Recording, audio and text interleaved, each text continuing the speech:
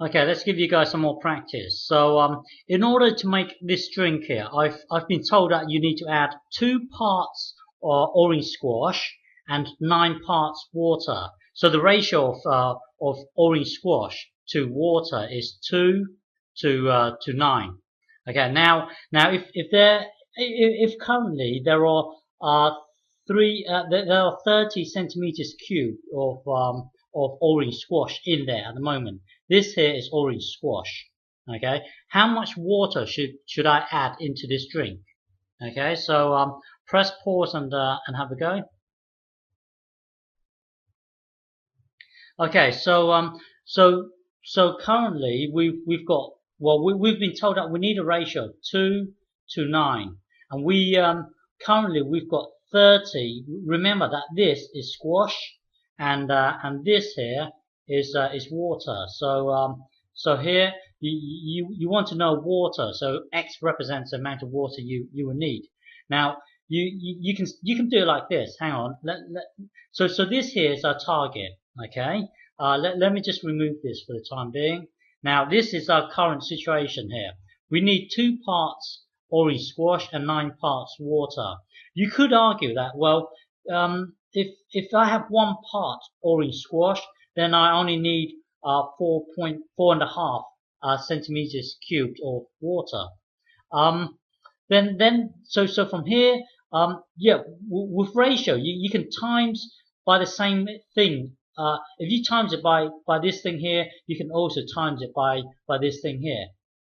Well, you can also divide. You see, if you get this and divide by, hang on, let's say divide by 2 here, and then because the relationship happens to be, if you increase this, then you're going to increase this. So it's that kind of relationship. It's proportional. So here, if you half this, then you can also half this. So you can actually divide this by 2.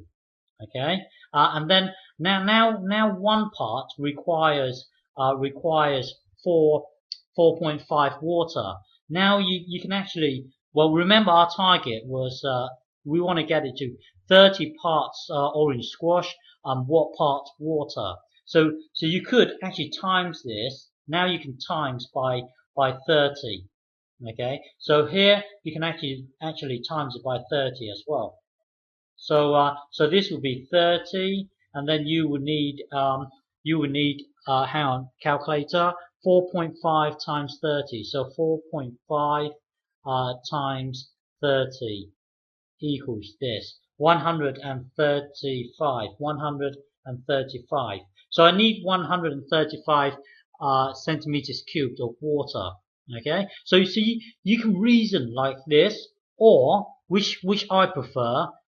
Start with this here. Hang on, 2 and 9.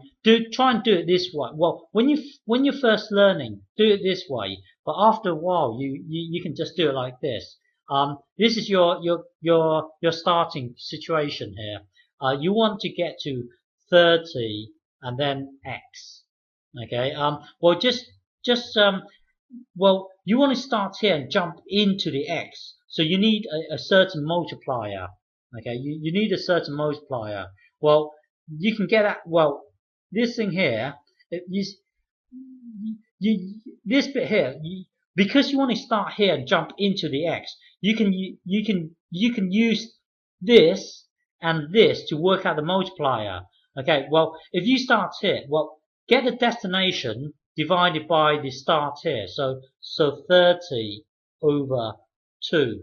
Okay, so if you see, if you start at 2 and then you times by this multiplier here, it will give you 30. Because if you think about it, you start at 2 and then you times 30 over 2. Well, this gets multiplied to the top, so you can imagine it as this: 2 times 30 over 2.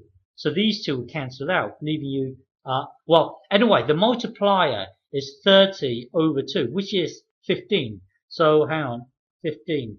So 15 here. So if this is 15 here, then we can times it by 15 over here.